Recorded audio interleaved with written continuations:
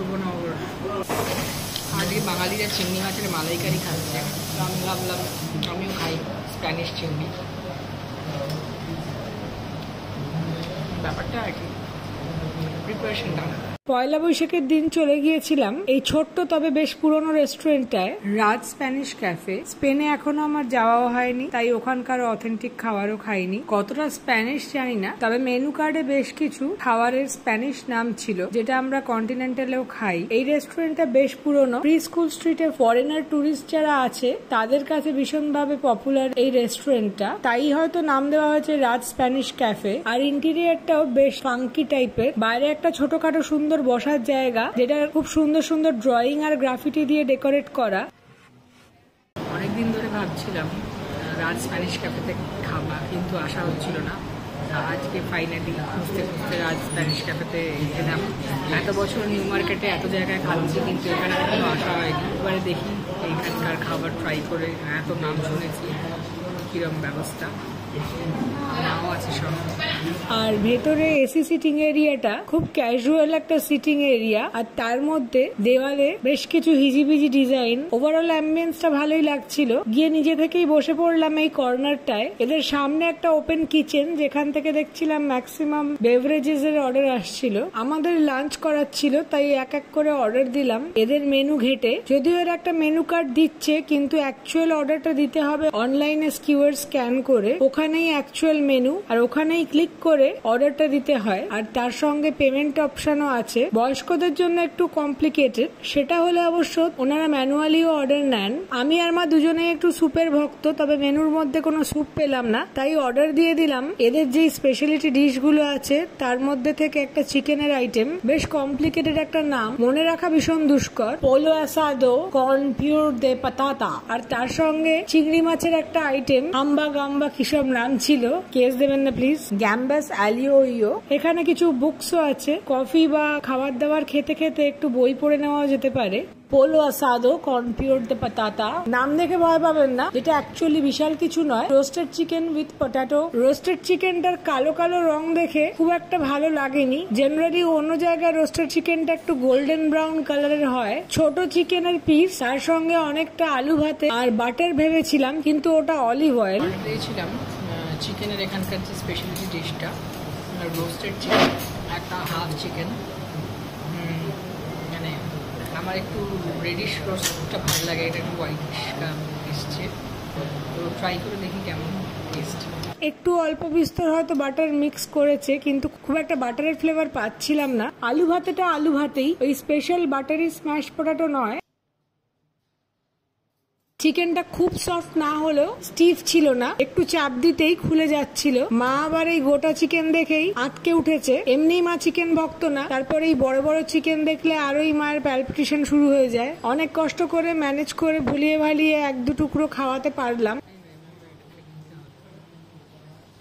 চিকেনটা দিতে না দিতেই ফরফর ফরফর আওয়াজ করতে করতে চলে এলো আমার চিংড়ি মাছ। বাঙালিদের নববর্ষে চিংড়ি মাছ না হলে হয় না। এখানে মাংসটাই যে পাইনি, মুরগি চিংড়ি দুটোই ছিল। আর শুধু চিংড়ি নয়, একদম 4 পিস স্ট্যান্ডার্ড সাইজের গলদা চিংড়ি। অলিভ অয়েল আর রসুনের ঝোলে মাখামাখি হয়ে ছটপট করে সাঁতার কাটতে কাটতে ধোঁয়া উঠিয়ে চলে এলো।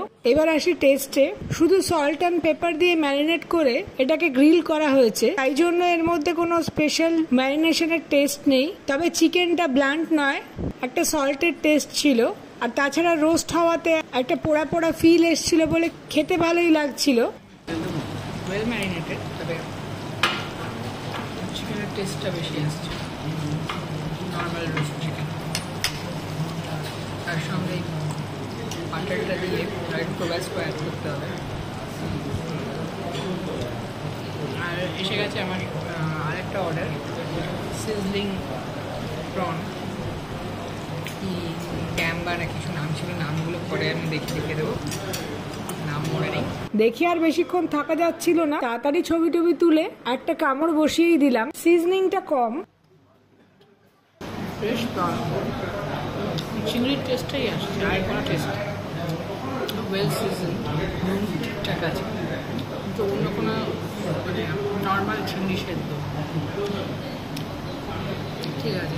এই টোটাল ডিশটার যা টেস্ট, সেটা ওই প্লেটের নিচে পড়ে থাকা ভাজা ভাজা গার্লিক গুলোর ছিল। ওই ভাজা গার্লিক আর এই অলিভ অয়েলের জুসটা মাঝে মাঝে স্যুপের মতন চামচে করে চিংড়ির সঙ্গে খেলে তাও একটু টেস্টটা এনহ্যান্স করছিল। এটাও খেতে খারাপ নয়। পাশের ওই 1 প্লেট স্যালাড আর 2 পিস গার্লিক ব্রেড চিংড়ির সঙ্গে কমপ্লিমেন্টারি। এর চেয়ে ওর সঙ্গে কিছু ফ্রেঞ্চ ফ্রাইজ দিলে ভালো হতো।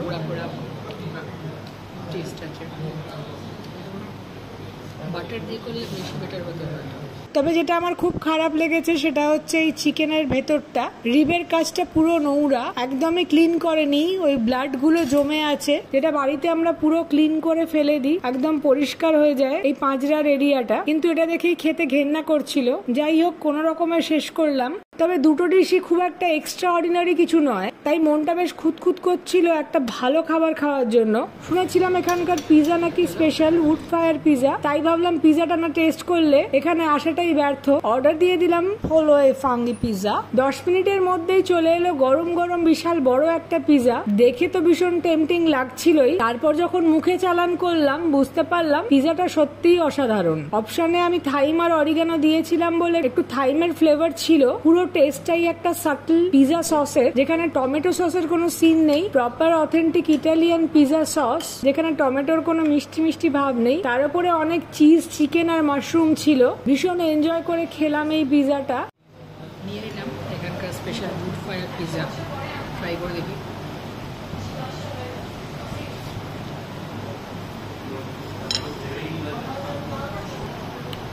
ভালো, চিজি, মাশরুম, চিকেন বেশ ভালো। আর টমেটো বেশ, কিন্তু বেশ সাটল সুইটনেস টমেটোটা, খুব বেশি মিষ্টি নয়, ভালো লাগে। পিজাটা বেশ ভালো। তিনটে খাবারই মানে একটু অন্যরকম, খারাপ না খেতে। পিজাটা বেশ বেশ ভালো। থাইম আর অরিজিনাল ফ্লেভার এনজয় করি। হয়ে গেল খাওয়া দাওয়া। দুটো স্লাইস পিজা নিয়ে বাকিটা প্যাক করে নিয়েছি, কিন্তু প্যাকিংটা 2 পিস পিজা খেয়েই পেট ভরে গেল। বাকিটা নিয়ে গেলাম রাত্রিরে ডিনারের জন্য। তো অদ্ভুত ভাবে প্রথম এখানেই দেখলাম যে একটা ফয়েলের মধ্যে প্যাক করে পিজাটা দিয়ে গেল। বললো গোটা পিজা হলেই নাকি বক্সে দেওয়া হয়, যদিও আমারটা অলমোস্ট গোটাই ছিল, মাত্র 2 পিস আমি খেয়েছি। এই সিস্টেমটা খুবই বাজে। একটা পিজার জন্য ওরা বক্স পেয়ার করতে পারছে না, যেখানে এতগুলো আইটেম এত টাকার বিল হলো। অ্যামাস্টের বটল আমি আগেও ইউজ করেছি, জলের টেস্ট দুর্দান্ত। এখানে পুরো জলটায় লোহার গন্ধ। আমার বটলে মুখ দিয়ে খাওয়া অভ্যেস না, তাই আমি ওনাদের ডেকে বারবার বললাম আপনি জলটা টেস্ট করে দেখুন, এটা অরিজিনাল মিনারেল ওয়াটার হতেই পারে না। কিন্তু ওনারা কিছুতেই টেস্ট করতে চাইলেন না। বুঝতেই পারলাম যে কিছু একটা ব্যাপার আছে। চকলেট ফন্ডেন্টটা বেশ ইন্টারেস্টিং দেখলাম, তাই ওটাই অর্ডার দিলাম। সুফলে চকলেটও। যখন এসে বসলাম পাশের টেবিলে দেখলাম চকলেটের একটা ডেজার্ট, যেটা দেখে লোভ লেগে গেল। তখনই ডিসাইড করেছিলাম খেতেই হবে, তাই ওটাই অর্ডার দিয়ে দিলাম, চকলেট সুফলে। মেয়েটা বলে গেল 10 মিনিট লাগবে, ভালো জিনিসের জন্য ওয়েট করাই যায়। 10 মিনিট পরে গরম ধোঁয়া ওঠা চকলেট সুফলে আর ছোট্ট একটা ভ্যানিলা আইসক্রিম স্কুপ নিয়ে ম্যাডাম চলে এলেন। একটু চাপ মারতেই গল গল করে বেরিয়ে এলো গরম গরম ধোঁয়া ওঠা চকলেট। পুরো বন্যার জলের মতন ভাসিয়ে দিল চকলেটটা সাদা প্লেটটাকে। গরম গরম কেকে চকলেট মাখিয়ে ফু দিতে দিতে মুখে চালান করে দিলাম। তারপরেই উফ, স্বর্গ। এত ভালো, এত টেস্টি। ওপরটা হালকা ক্রিস্পি আর ভেতরটা একদম তুলতুলে নরম, মুখে দিলেই মিলিয়ে যায়। অসম্ভব ভালো খেতে এটা। 200% রেকমেন্ড করছি এই চকলেট ফন্ডেন্ট আর পিজাটা যেন আপনারা খেয়ে যান এইখানে এসে। যদিও এটার সঙ্গে আইসক্রিম দিয়ে খাওয়ার নিয়ম। এই ডেজার্টটা এতটাই ভালো, ওর পাশে আইসক্রিমটা ঠিক জমছিল না। এই ভ্যানিলা আইসক্রিমটা ওর পাশে খুবই ফ্ল্যাট লাগছিল। গপ গপ করে গরম গরম ফন্ডেন্টটা সাটিয়ে দিলাম 5 মিনিটেই। সুফলেটা মুখে দিয়েই মন ভরে গেল।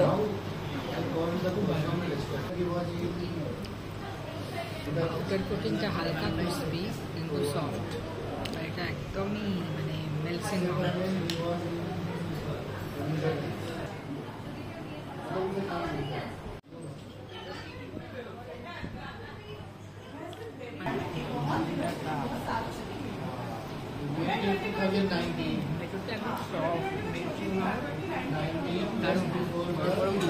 দারুণ লাগে।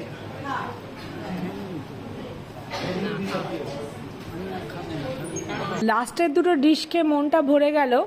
সেই আনন্দে তাড়াতাড়ি বিলটা পেমেন্ট করে কয়েকটা ফটো সেশন করে নিউ মার্কেটের দিকে হাঁটা দিলাম। তারপর একটু টুকটাক শপিং করে বাড়ির দিকে রওনা। Please subscribe and do like, comment and share.